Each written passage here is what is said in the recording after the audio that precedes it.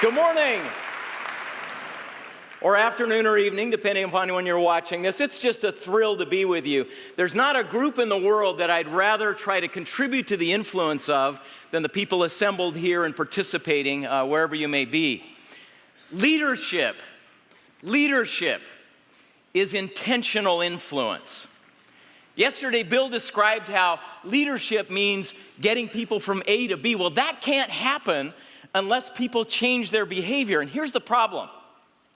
So often we think about leadership just as a motivational aspect. In fact, it's far more than that. Our ability to be effective as leaders isn't just about motivating, it's also about us acquiring competence to do so. Courage is an important component, as Bill described yesterday. Inspiration and vision are essential.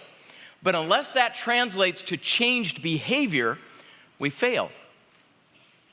So what you and I need to be doing if we want to be effective leaders is studying from those who understand influence. Let's take a look at a few. If you want to understand influence, you need to understand how things like this are happening. So human beings spend 3 billion hours playing online games every week. Why? Because whoever's designing those games understands influence. And unless you and I unpack what it is about that activity that is engaging people to the tune of 3 billion hours per week, we won't be able to do our jobs well. Second example, 7 million people in the United States, 1 in 34, are incarcerated or under the supervision of the correctional system. Why? Because influence systems are driving that behavior. We aren't locking more people up today, far more people up today than we did 50 years ago because people are different. It's because the influence environment you and I inhabit has changed profoundly. And unless you and I understand how it's changed and learn to use that in favor of people's positive change, we won't be true leaders. Worldwide obesity, as we know, has doubled since 1980. Now, why are people eating differently? That's a behavior, that's an action. Leadership is intentional influence. And those who want us to eat more, who have economic incentives to do that, have developed wonderful strategies to help this to occur. Well, on a more positive note, smoking rates, at least in the United States, have dropped from 44% to 21% since 2008. Why? That's because there are people who understand influence. If you can cut smoking in half, there must be something for you and I to learn as influencers embedded in that wonderful outcome. So here's the deal. We know how to get people to log in, lock up, eat up, but not light up. We figured out how to do that. And so you and I ought to be taking lessons from this important field of social science because after all, leadership is intentional influence. So let's take a look at our track record from an evangelical perspective. In 2007, 61% of Americans said religion is losing influence.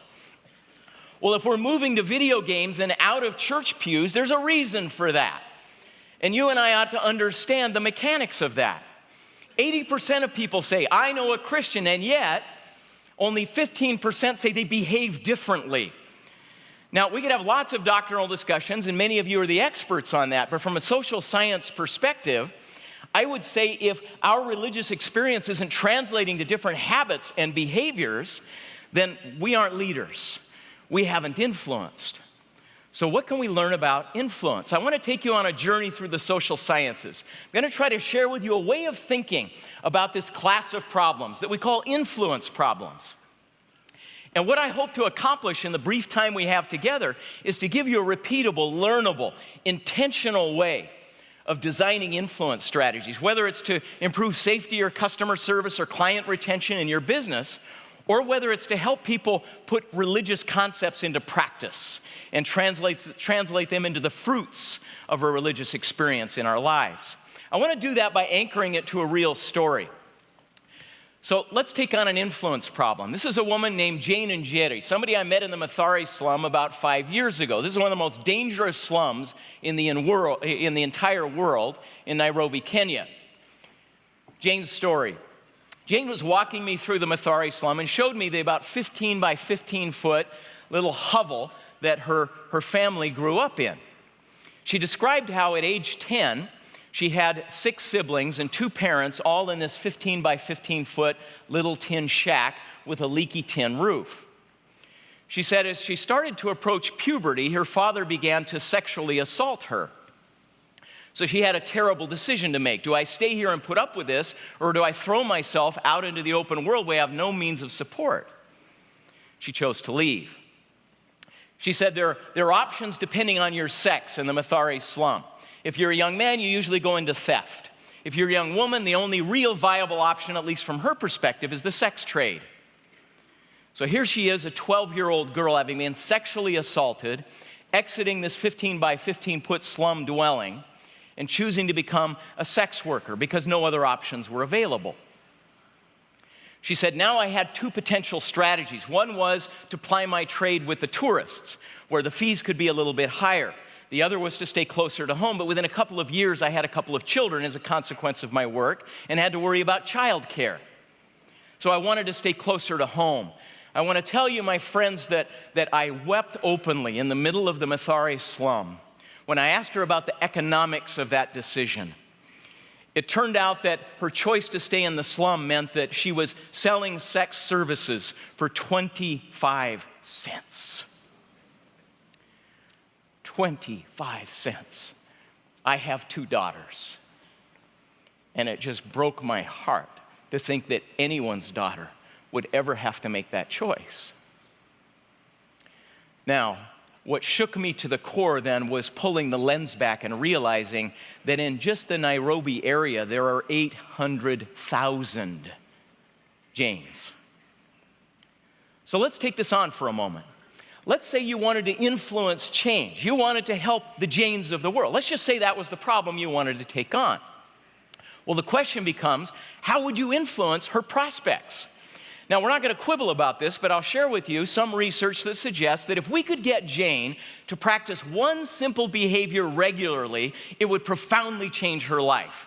That vital behavior, as we call it, is making and keeping weekly commitments to increase her income and savings. So if we could just engage her in that activity regularly, what we know is not only do her financial prospects improve, but her sense of worth, her psychological well-being, the safety of her children, her sexual autonomy, her health status, many different things improve if we can engage her in that one regular behavior. So now, step back. You're influencers. How would you do that? How would you help 800,000 Janes get engaged in that kind of behavior? This is where influence comes in. Now, I'm going to move that aside for a moment, then we'll revisit it a number of times. I want to take you to some laboratory experiments so that we can develop a model, a way of thinking about influence. So at our labs, a couple of years back, we brought a whole bunch of munchkins together, a bunch of kids, 6th and 7th graders. We wanted them to be old enough to understand money and be motivated to some degree by it. So we brought a number of children into the lab, and we gave them an opportunity to earn $40 by completing 4 simple tasks, $10 each, over a period of 10 minutes. So easy money, simple tasks, brief amount of time. And we hoped that they would save their money to go do something useful with it later. In order to help them save their money, we asked them to anchor their commitments to some goal. So listen in as they describe what they want to do with their money. Well, I was wanting to get a new video game, maybe a new pair of shoes. College money. Wait till Christmas comes and then buy my sister a really cute outfit. So they got a goal, right? They've all got something to anchor their intentions. Now the question is, how did they do? Now remember, 4 easy tasks, 10 minutes, $40. The only temptation we offered them was the opportunity to buy things at what we called our Change Anything store. So we set up a little table, and we had goods priced at 5 to 10 times what these kids knew you would pay in the store. So not a temptation at all. You'll see, for example, a candy bar available for $10, right? Or a tiny little hard candy for $2.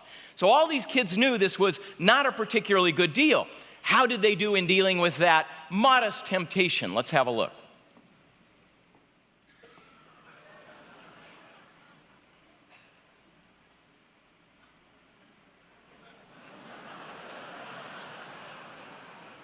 Bummer.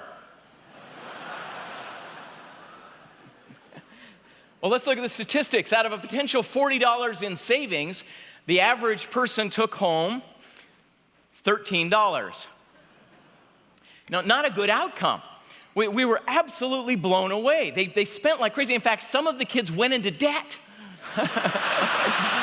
in a 10-minute period of time.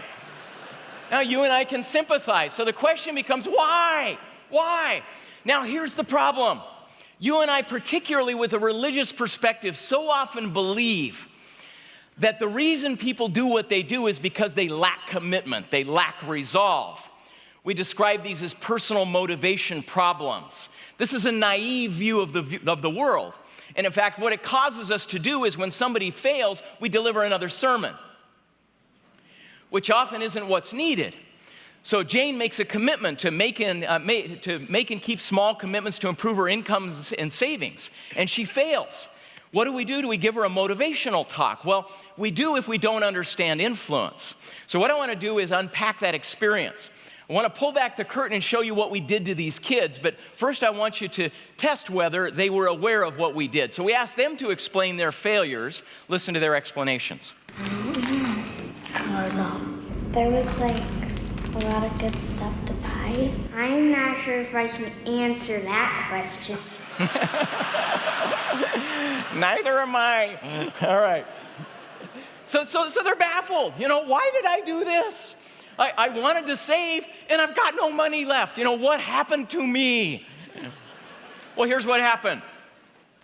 And this is where you need to start taking notes, because there were intentional influence systems put in place, the same that Jane is subject to as she goes out to try to keep the commitments she made to increase her income and savings. First of all, as each of the kids came in, we gave them a taste of their favorite candy. We did what psychologists call putting them in a hot mode. We wanted them in a hot, impulsive mode. So we just gave them a little taste, and here's a free sample of what you have available on the table. Second, we gave them no skills, so we put them into novel circumstances, and we didn't skill them up to deal with some of the novel challenges that they'd face. Third, we subjected them to social influence. So you'll notice how the model is organized. These are the repeatable, learnable, intentional sources of influence. They embody all of what the social sciences have been repeatedly demonstrating for the past 70 years about why you and I do what we do. A large reason is because we're socially motivated or socially enabled. In fact, to the degree that you and I are naive about how profound these sources of influence are. Let me show you how modest the intervention was from a social perspective. All we did was get accomplices, confederates, in at least the control condition, to come in and make a small statement, a small suggestive statement to the subject at the point that they were observing the store. There's a lot of awesome candy over there. Too much as That's it. A guy in a red shirt saying, dude, right? That's all it takes. Source 5, we tried to manipulate structural incentives as well. All we did here was say, just spend as much as you want, we'll deduct it from your earnings later. We gave him a credit account, gave him a credit card. Would that make a difference? Sixth, we surrounded the room with decorations. The decorations were pictures of children enjoying candy. Just gave them a few little cues. And what happens? $40 goes to $13 in 10 minutes. Now, this wouldn't be particularly compelling unless we had an experimental condition, right? So as good scientists in the room, what you ought to be asking is, all right, well, if you change those, would behavior change? Well, let's do it.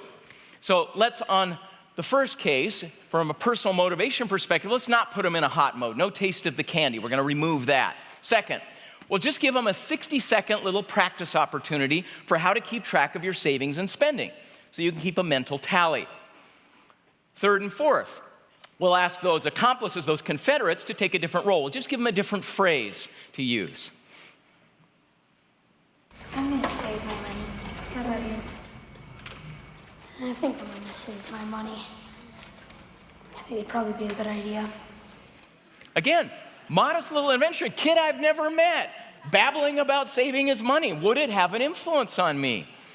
Source 5, We're going to take them off the credit account and pay them in cash. That way, as they surrender the cash, they'll experience the loss. And 6, we're going to take down the wallpaper. So what happens if all of those change? Let's have a look.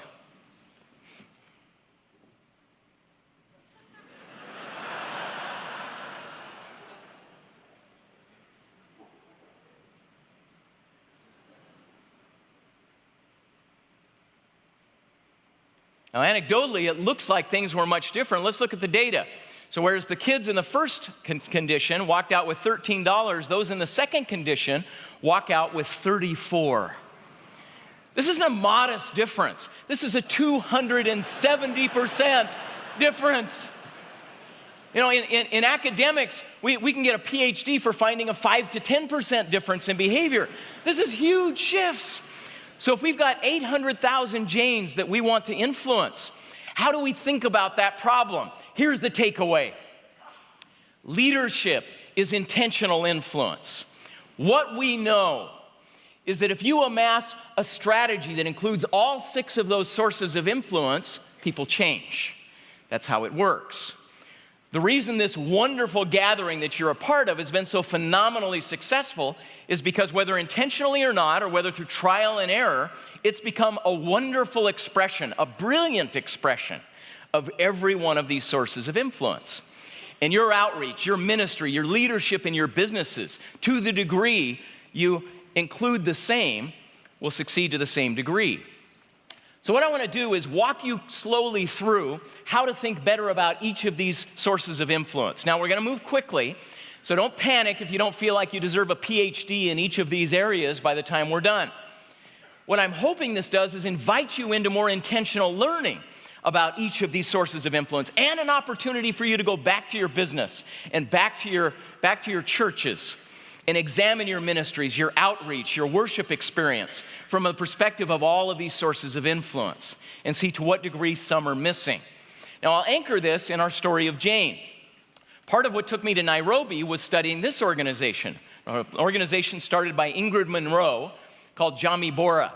It's been phenomenally successful in working with over 250,000 Janes and helping them change their lives in a substantial way.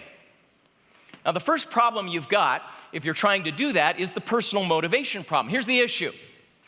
Personal motivation problems are those where the good behavior feels bad and the bad behavior feels good, which is almost every problem in the world.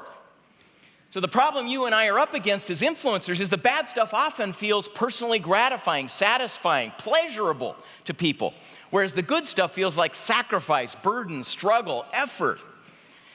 And if that's what you're up against as an influencer, my question to you is, how do you think about solving that problem?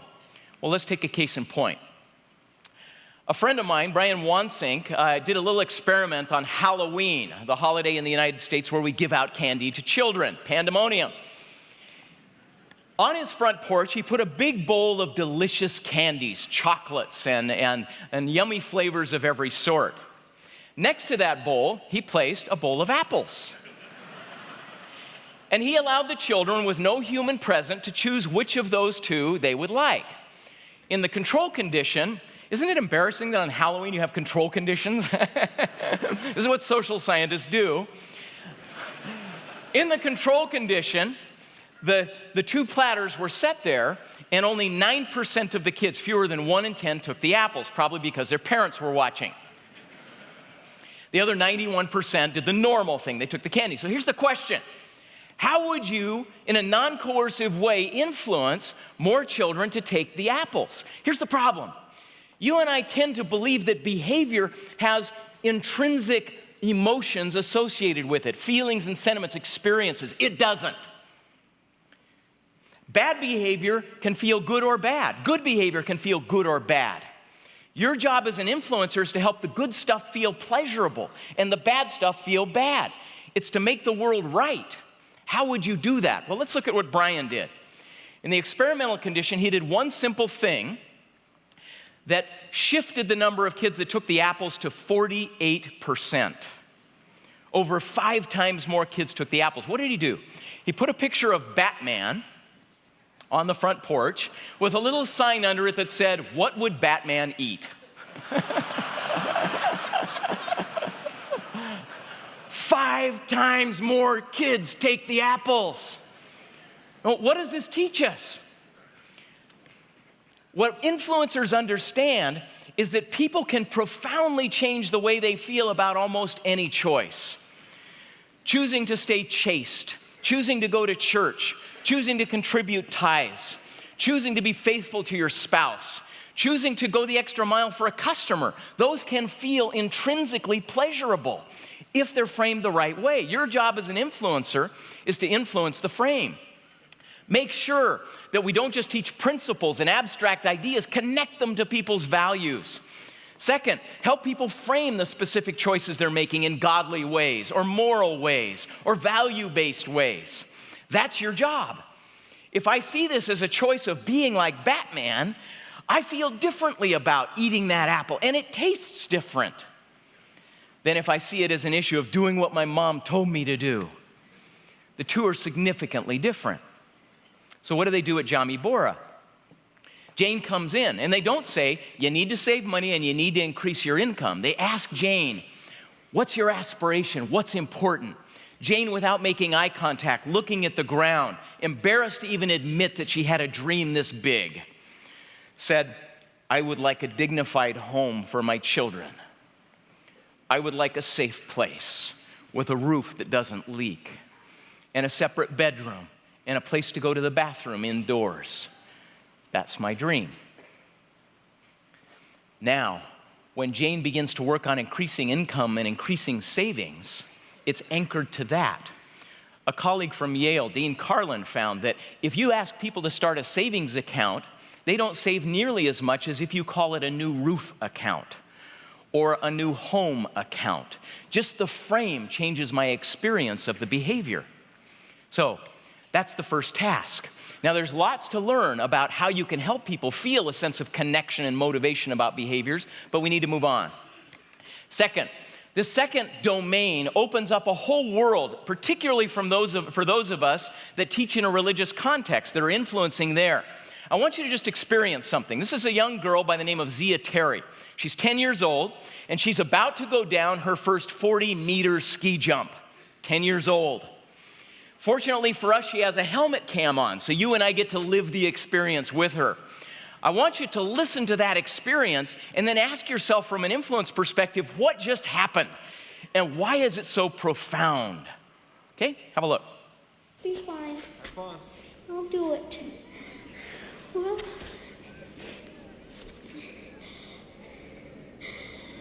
here goes something, I guess. Okay, you can do this. I'm gonna jump. You got it. Whoa, my ski's slipping off. Just remember, never snowplow, okay? No snow plows. Keep it straight, you'll be fine. Okay. Keep going fine. Straight. Do you go faster on the end run? A little bit. A little bit? Yeah. Is it any steeper, do you think? Not much? Same steepness, it's just longer. Well, just longer. Just longer. Just a bigger 20, that's all. Yep. It's a bigger 20. Go ahead. I got it.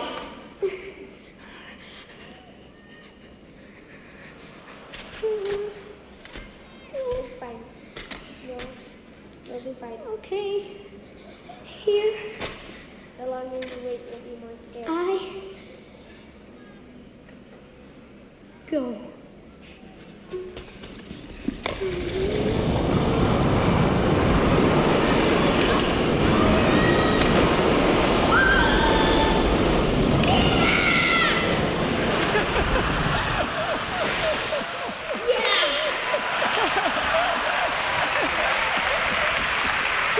That's at the top at the first time for 3 hours. That's the only thing, it's so fun! Huh? 60 seems like nothing now.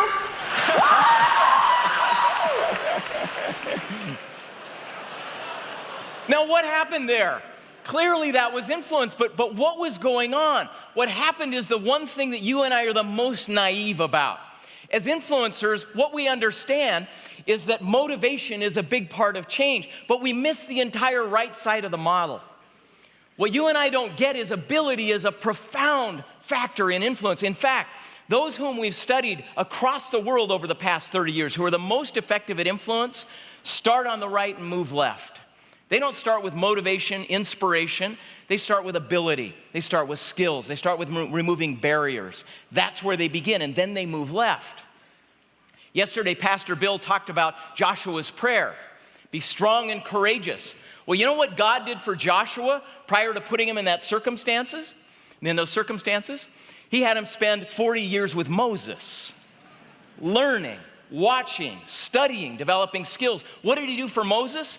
He had him raised in Pharaoh's court, where he learned to understand how to administer large and complex operations, integrating lots and lots of people. Skills are a substantial part of influence. And they're throughout the Bible when we start to open our eyes to how God influences people's change. But you and I tend to believe that motivation and inspiration is what's required. What happened with Zia? Zia had the perfect enabling, the perfect efficacy experience.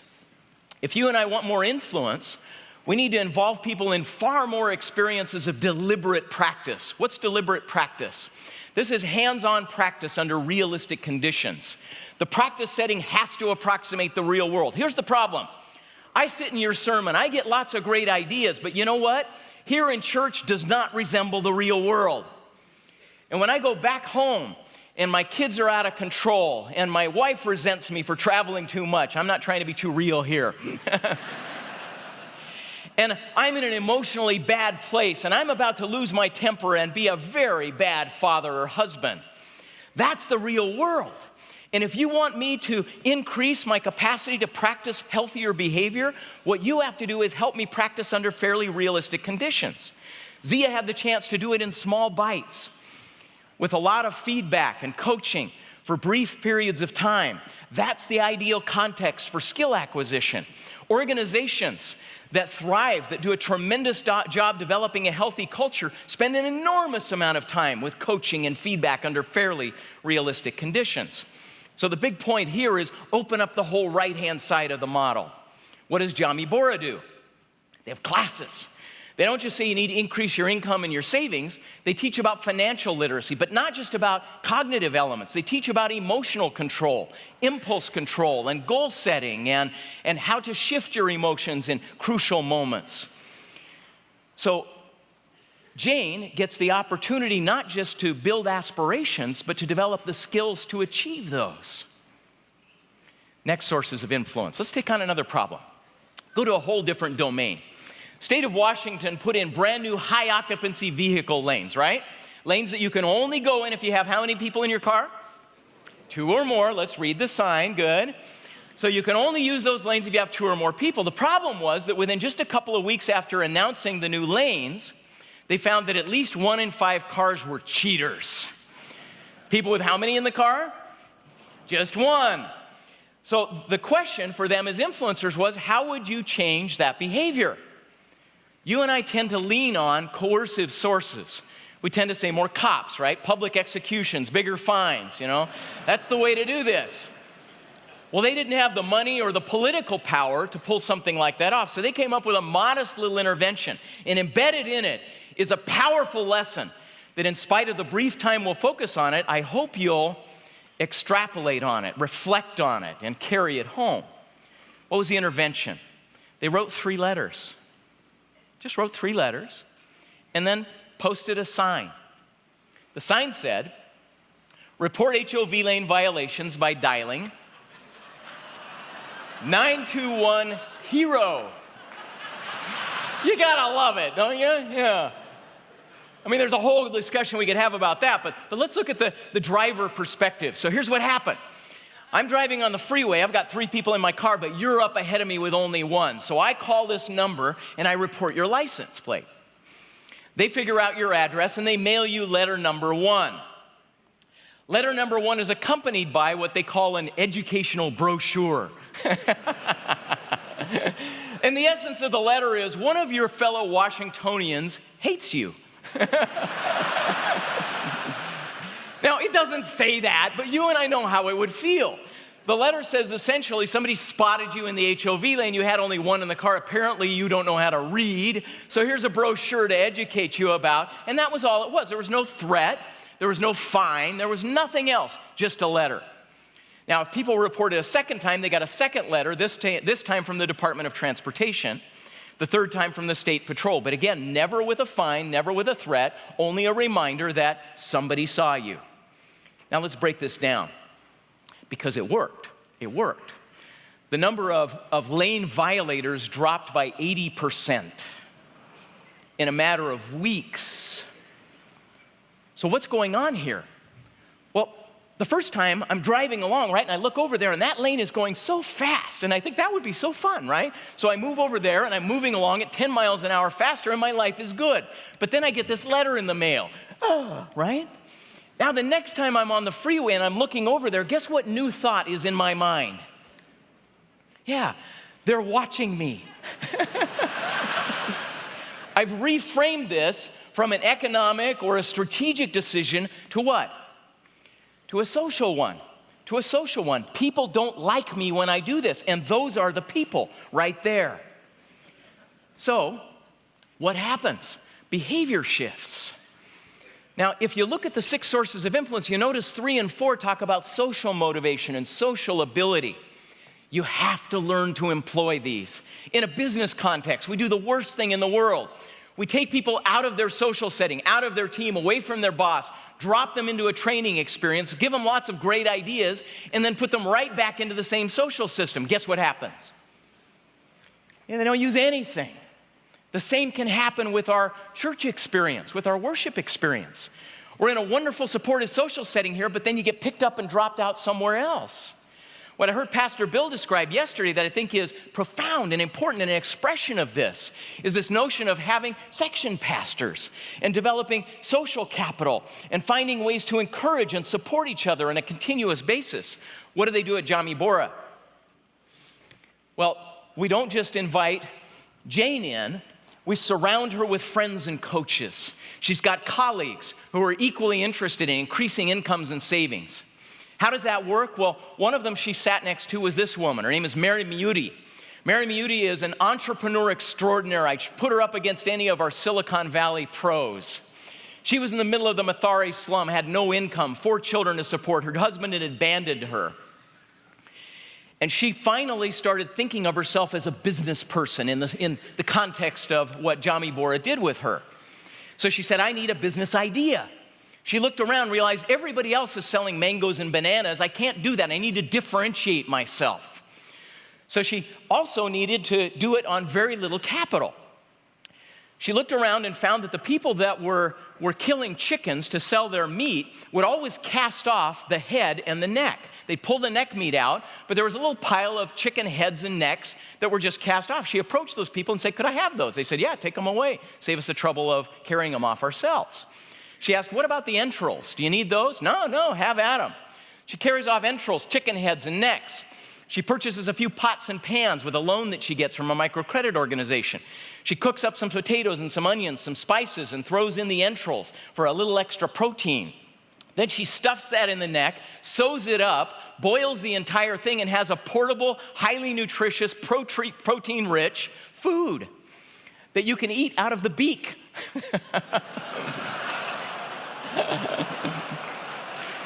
It was brilliant. It was brilliant.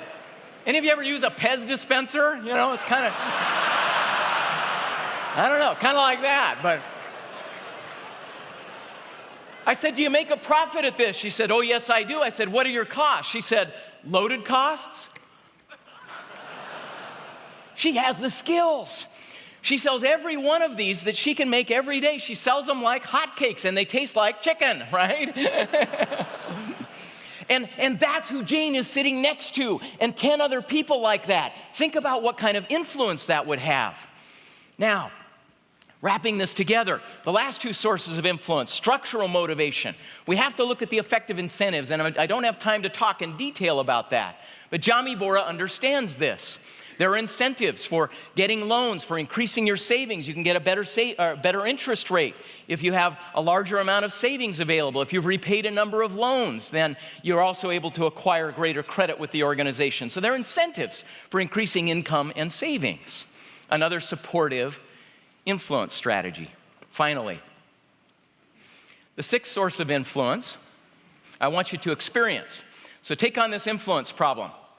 I want you to imagine that you are going to try to come up with a way of influencing people in Las Vegas to use the stairs rather than the escalator. So first we're going to show you the video of the control condition. So we put a time-lapse photography system at the bottom of the escalators and stairs. I want you to count up over a period of an hour how many people take the stairs. Have a look. At least going up.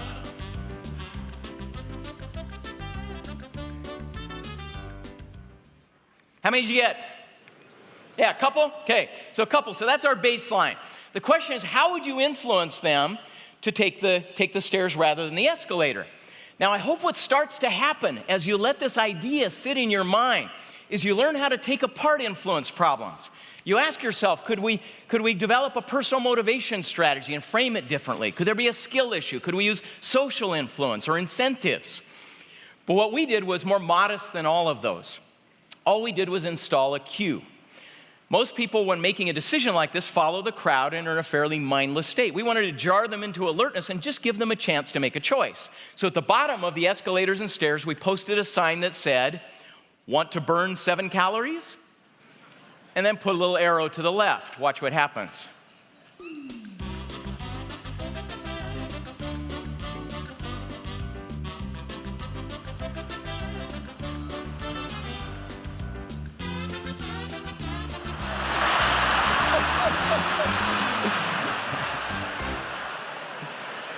Isn't that remarkable?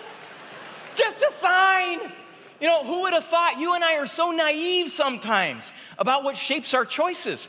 Just having pictures of candy on the wall, just having a kid in a red shirt say, "Dude, you ought to buy a lot." These little things nudge us in ways that you and I grossly underestimate. What's the sixth source of influence? It's the influence of space, data, cues, tools, processes, environmental factors. The space we inhabit affects our choices. Look at the design of your home. If you want to understand why your kids play more video games and read fewer books, look at how the house is designed. You know, what's enshrined, what's at the center, what's convenient, what has comfortable chairs associated with it. There are structural factors that influence our choices, and you and I need to learn how to use these to make bad behavior harder and more conscious, and good behavior easier and more obvious. Cues, tools, surroundings. Again, take a look at the Willow Creek process that you're embedded in here. How many cues and tools and reminders have been made accessible on Facebook and Twitter and with tangibles? So much of that is a really critical part of the success of this effort. So, what does Jami Bora do? They create a different environment. They have little centers in the middle of the Mathare slum, little islands of isolation and separation that Jane can experience. But they also use other little tactics and tools. I can tell you Jane was profoundly affected the first time she brought home a passbook, a savings passbook. And the physical act of going in and having her savings incremented and watching that increase cues and reminds and enables her to continue to engage in that kind of activity. Record keeping is a huge part of their influence strategy. So, what's the point? The point is this. These 6 sources of influence aren't something you and I get to vote on as leaders. They're just there. They work either for us or against us. And if your influence strategy involves just motivating people to go change, but leaves the other 5 untouched, that means they're working against you rather than for you, and you will lose. People won't change. That's why we have 3 billion hours spent on video games, because people have figured out how to get all 6. In fact, we published one of our studies that demonstrated that when people use all 6, your odds of success don't go up modestly, like the difference between $13 in savings and $34. They go up 1,000%. The odds of success go up tenfold. You want to change the world? Learn how to change behavior. Learn how to do it the way Jami Bora does. I spent that day with Jane. We walked through her old home and stomping grounds. It was one of the most dispiriting experiences I'd ever had, just thinking about the pain that humanity was experiencing in this one place and realizing it was just one of many. But later that afternoon, we had a different experience, an experience that was one of the most heartening, one of the most inspiring that I've ever experienced. We went to her new home.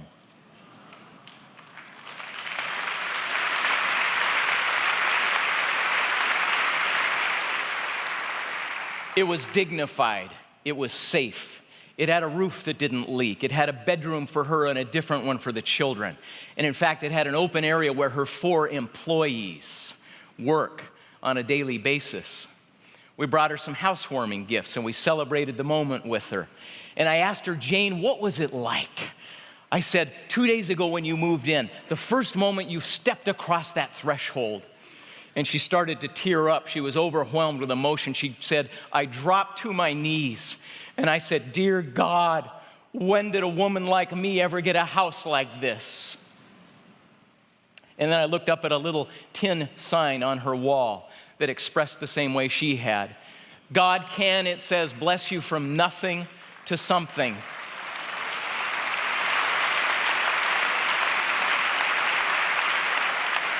And while touched by the sentiment, I had kind of a silent rejoinder. I thought, oh no, Jane, you're wrong. You were always something. All you needed was the influence environment to allow you to realize and express that. That is our job as leaders. Leadership is intentional influence. I hope this discussion with you today blesses and enhances your capacity to exercise that for the wonderful goals that you have. Thank you very much.